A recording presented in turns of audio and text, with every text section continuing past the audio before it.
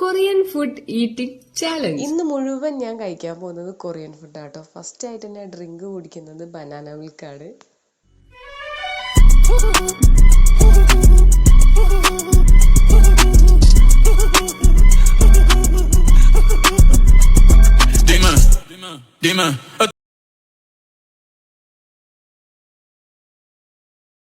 കുറേക്കാൾ പോലെ ഹെൽത്തി ആയിട്ടുള്ള ഡ്രിങ്കാണ് കുടിക്കാറ്.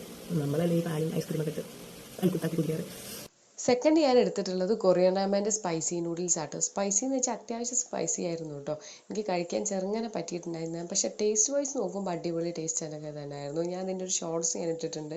ഈ ഒരു കൊറിയൻ റാമൻ്റെ സ്പൈസി നൂഡിൽസിൻ്റെ ടേസ്റ്റ് എന്ന് പറയുമ്പോൾ ഞാൻ പ്രതീക്ഷിച്ചപ്പോൾ ഒരു കൊറിയൻ ചൈന എന്നൊക്കെ പറയുമ്പോൾ ഒരു ഉപ്പും പുളിയില്ലാത്ത സാധനമായിരിക്കുന്നു. പക്ഷെ അങ്ങനെയൊന്നുമല്ല.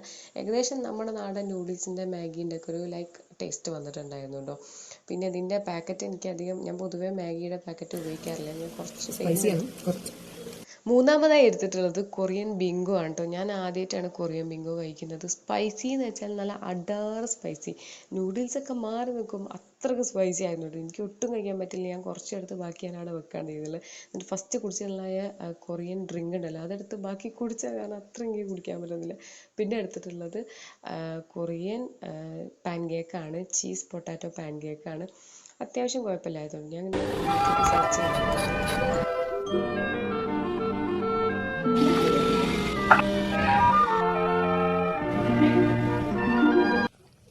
അരിപ്പൊടിയിൽ കുറച്ച് പഞ്ചസാര ഇട്ട പോലെ ഉണ്ട്.